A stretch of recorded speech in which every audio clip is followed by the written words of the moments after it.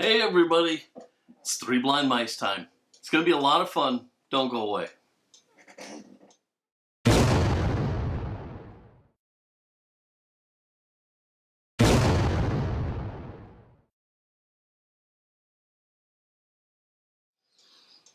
Hey everybody, just giving the dog a little bit of a snuggle. It's Paul from Fat Guy Productions coming to you as always from beautiful Las Vegas, Nevada. And today, it's the Three Blind Mice. And I gotta tell you, this car, I just could not come up with anything in my head to do with this car. And I know the other mice were also kind of thinking about this and thinking, wow, what am I gonna do here? But I finally came up with something I think is pretty cool, and I hope you enjoy it. So let's get right to it. All right, everybody, welcome to the Three Blind Mice. For this month's video, my good friend Ken gave me these 3 Johnny Lightning bug bombs. And so what I did is I blind packaged them, sent one to Lee, sent one to George, and kept one for myself. Once they got their cars, we all opened them up and we could see what we got. And of course, lucky me, I got the worst one of the bunch. No engines and missing a wheel. I have to be perfectly honest with you, I don't have any clue what to do with this thing, and it is my first ever Johnny Lightning. So I'm just going to kind of move forward until something comes to me, and to do that, I'm going to start by taking the car apart. So we break out my Vix Bits, and we're going to drill off the heads of the rivets, get this car apart, and hopefully at some point, before I get too deep into this, some kind of an idea will come to me. Okay, so with the rivet heads drilled off, we can go ahead and just pull the car apart. It's a little stubborn, but you know, I'll just yank on it. It'll come apart. Okay, so we have a base and a body and a window in it. No motors. Weird little cutouts that I have no idea what to do with here. Throwing my arms up in the air here, and this is odd to me too, to see all of the interior components are molded right into the base. I guess if you think about it, that makes a lot of sense and is probably a pretty good cost-saving measure. Alright, so whether I have an idea in mind or not, it doesn't really matter at this point. It's got to get stripped, so into the goo it will go. And because I do miss watching it bubble that paint off, every now and then I can't resist dipping it a little bit and just watching it. Yes, I'm weird that way. What are all those videos you see on the internet? Oddly satisfying? No, this is oddly satisfying, watching that stripper bubble that paint off. But you see, this one isn't doing all that much, so it's just going to have to go into the stripper because it's not being very fun. So anyhow, off it goes into the warm liquid goo phase.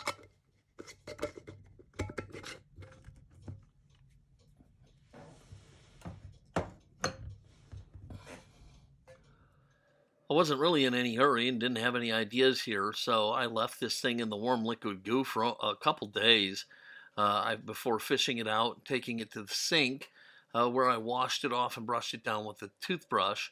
And now I've got it out, I can take a look at it and address any of the paint that is refusing to leave. And to do that, we're going to use some of our familiar old tools, the brass bristle brush, some dental picks, the toothbrush, and whatever else you need.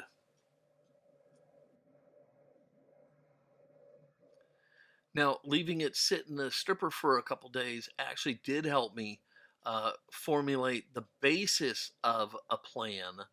I still don't know exactly where I'm going with this, but at least I have a couple notions on things that I want to do. So I have something happening here, and hopefully as I move along, that plan will formulate better in my head.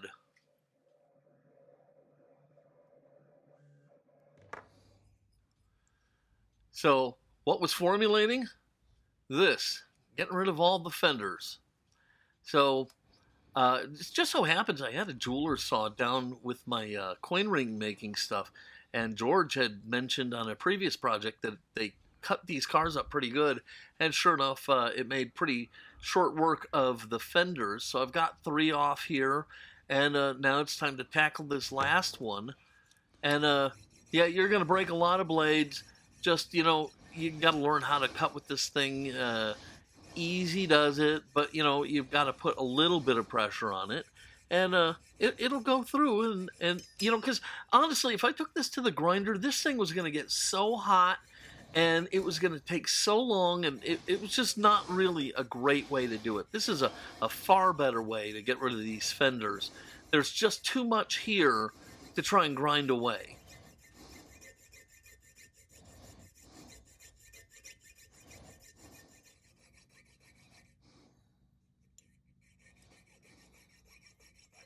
Anyhow, so a little bit of patience and a very, very fine jeweler's saw, and off comes your little fender.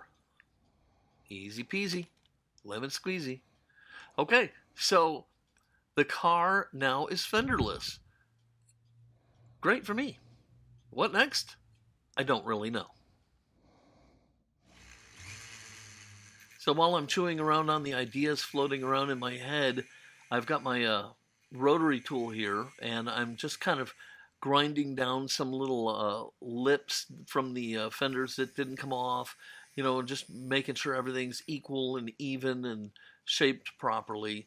And while I was doing this and I had the grinder in my hand, I kind of had a little bit of an idea for another thing that I could do. And so I'm going to use the grinder actually to help me out with that project here in just a second. So while futzing around with the car, you can see right there the hood that's missing, and the little block that's supposed to have the motor on top of it. And I decided that needed to go away. And so I decided that I was going to fill that hole, but the little block in the middle of it stands proud of the rest of the car.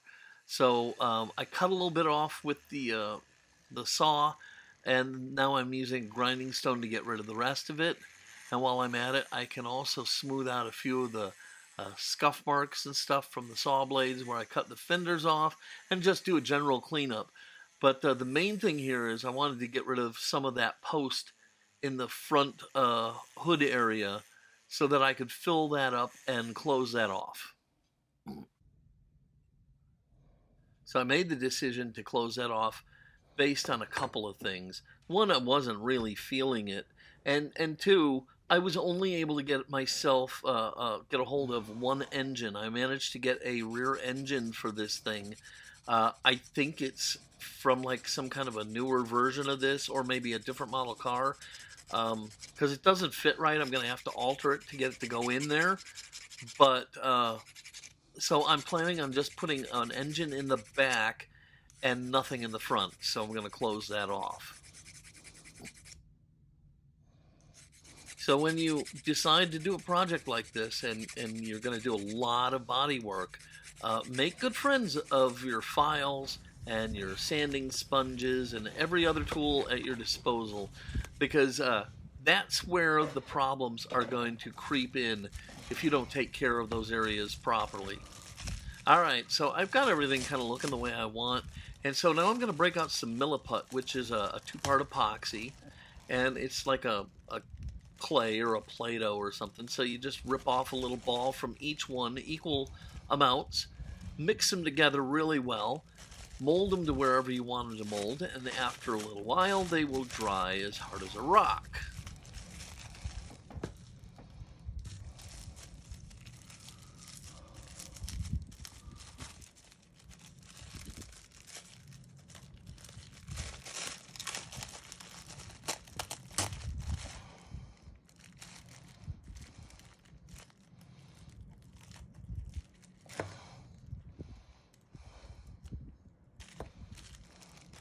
Now this stuff is very sticky, especially while you're working it and kneading it to get it to blend together. You can temper that by adding in a little bit of water to your fingertips or your glove tips. I highly recommend using gloves, because this really it's just a really, really, really thick version of epoxy is all it is. So, you know, gloves to me at this point were pretty imperative. I didn't want this all over my fingers. And if the sticking is too much of a problem, just dampen them with a little bit of water.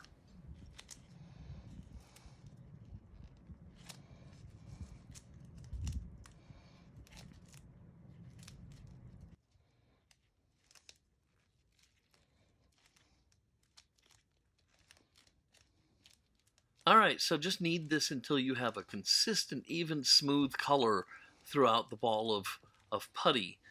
Now I'm going to take it and I'm going to break it down into smaller little pieces so I can make sure that I get this down into the engine compartment. I want to get this completely filled, and in fact what I'm going to do is I'm actually going to overfill this a little bit so that I can file back down to get my final shape. I don't want to have to come back and add more later if I don't have to. I want to come back to it rather than have to add more. I can also take a little bit of this and put it around the sides and use it to help kind of clean up the sides a little bit, as if it was a little bit of body filler. So I'm just putting in the little balls and pressing it down deep into the little compartment there. Make sure it's nice and deep in there, and then I'll build up over the top of it a little.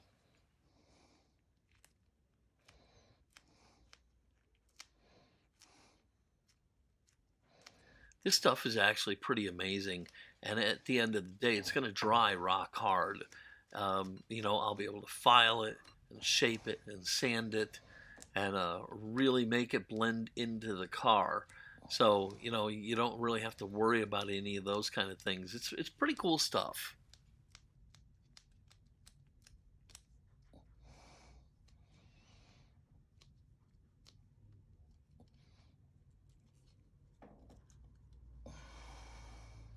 Okay, so it's standing a little bit proud, but I got the general shape that I like. I've kind of scraped away the excess from around the wheel wells.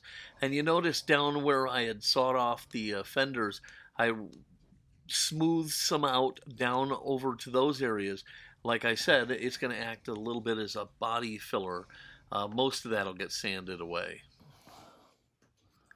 All right, so we've hit it up with the file and some rough sandpaper, and now we're doing a little wet sanding using 1000 and 2000 grit sanding sponges.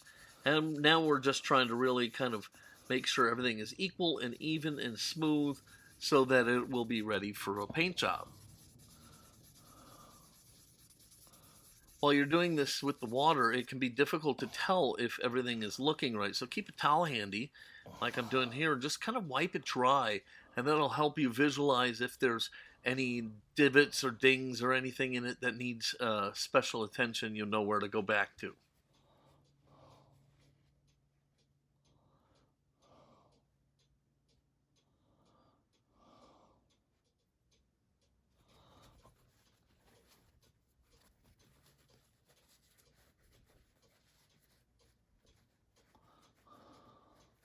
All right, so I'm feeling pretty good about things. It's looking pretty good. I'm very happy with it.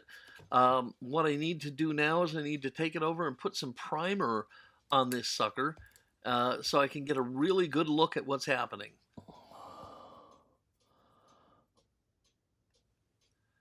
So after throwing a little Tamiya fine primer on it over at the paint booth and letting it dry, I was pretty happy with what I saw. So I felt like it was a good time to go ahead and start painting this.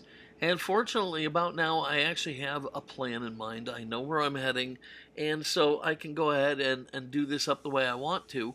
And what I need here is a nice olive drab color. So for most of my military stuff and military figures and just figures in general, I really like the Vallejo paints for those. And so I'm using a little Vallejo olive drab here to paint this body. And it comes out with a nice, smooth, even, flat finish. It really paints very nicely. You do have to thin it down. Vallejo makes its own thinner for that, but you can also just use straight water for this. So I've got that down, and I don't really need to worry so much about the tack coat, medium coats, wet coats, especially with the wet coats, because this is going to be a flat paint. So I do start with a little bit of a tack coat, But after that, I just then go ahead and paint it with like a bunch of medium coats until I'm happy with the way it looks.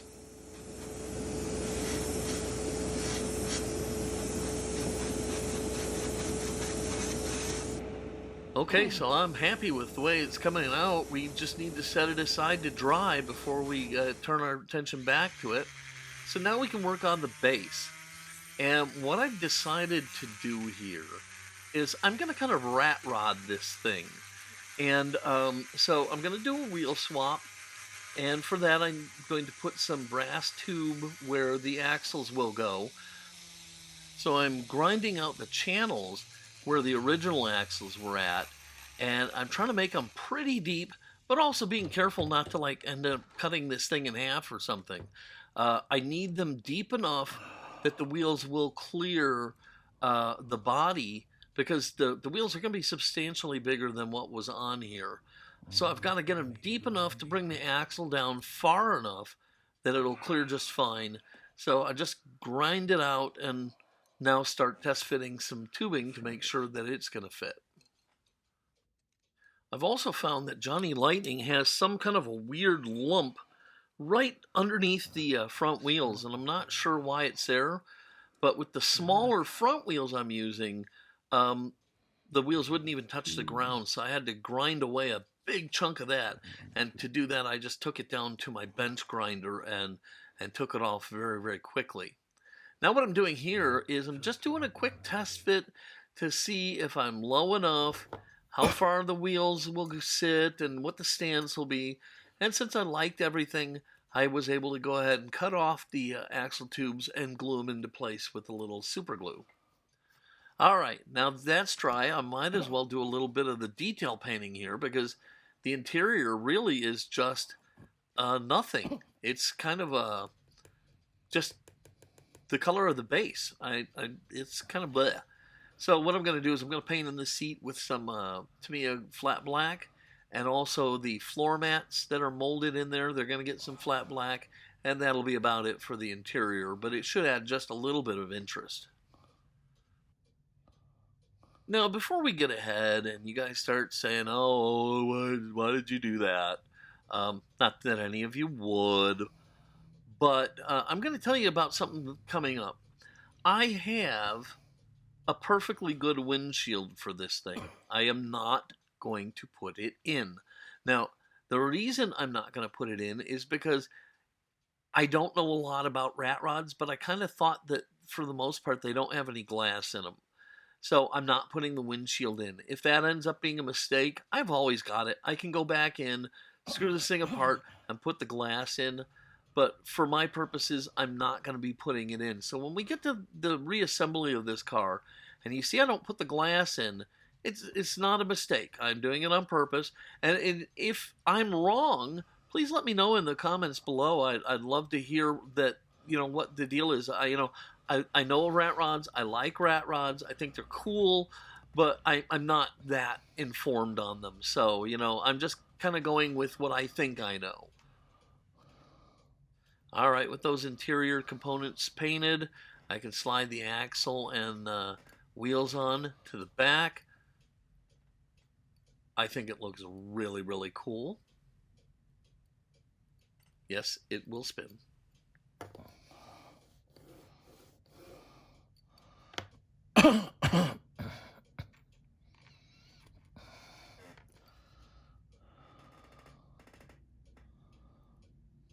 And now I will go ahead and put the front wheels on, and you'll notice I do have a little bit of a staggered look here. I'm using two different style wheels for the back and the front, because I don't think I've ever seen a rat rod with wheels that matched, so we're not gonna.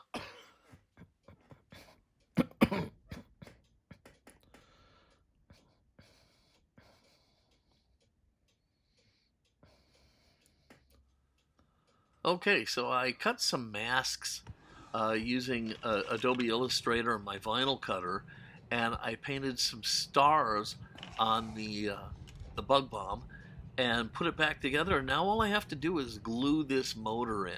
And like I said, it's a bug bomb motor, but it didn't fit right. So I had to remove a lot of material from the exhaust pipes and even from the engine itself, which then made it unable to lock itself in there. So I'm using epoxy to glue everything together in the rear end of the car. You see, I'm just using this little 5-minute epoxy. I buy these little tubes. I love that stuff, you know. I don't have to kill a big giant tube. So it looks great. I love it. And now we just need to do a little bit of detail work to it. So out comes my panel liner, and I'm going to go ahead and throw a little bit of panel liner around on the engine to make it look nice. I've already painted in the fan belt, so that's there. And now I'm just going to give it a little bit more realism with this panel lining fluid. And I think I'm also going to hit up the wheels to give them a little bit more realism and life. So on the stars on the body, why did I use masks and paint instead of like a decal or a sticker? Well, I'll tell you, I wanted them to look old and weather worn. And so I was able to make one star brighter, one star lighter. I was able to give them splotchy areas and, you know, really give them a look of being weathered by using a mask and airbrushing them. So, you know, I think that was the only way to go, and I love the way they came out. The biggest challenge is trying to get them lined up on the car because you've got this big mask that you can't see through, and you're trying to line it up on the car and stuff, and that was an issue, but I got it done, and I think it came out great. Okay, so all I got to do is let the panel lining fluid dry, and we can call this one done.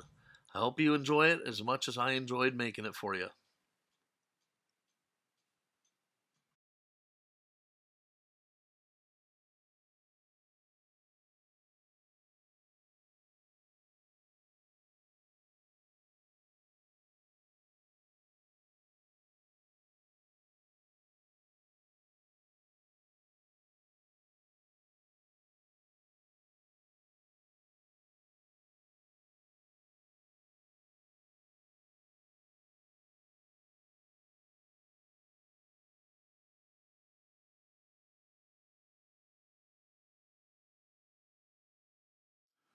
All right, gang, there it is. My first ever Johnny Lightning, the Bug Bomb. It took a little bit of work, new techniques that I'm not used to doing. I'm not used to cutting big chunks of the car off or filling in open spots like the hood there. But in the end, I really dig the way it came out. I think it made a pretty cool little car. I hope you like it too. It was a lot of fun, big challenge, and I can't wait to see what George and Lee have come up with. So make sure you check them out at Hodges, Hotwheels, and Diecast, and Wee Little Cars, and see what they did with their bug bombs. All right, if you like this video, give it a thumbs up, click subscribe. Make sure you click the little bell, and that way you're notified anytime I release a new video. This is Paul from Fat Guy Productions. I'm going to go ahead and get out of here. I hope you have an amazing bug-free day. Until next time, be good.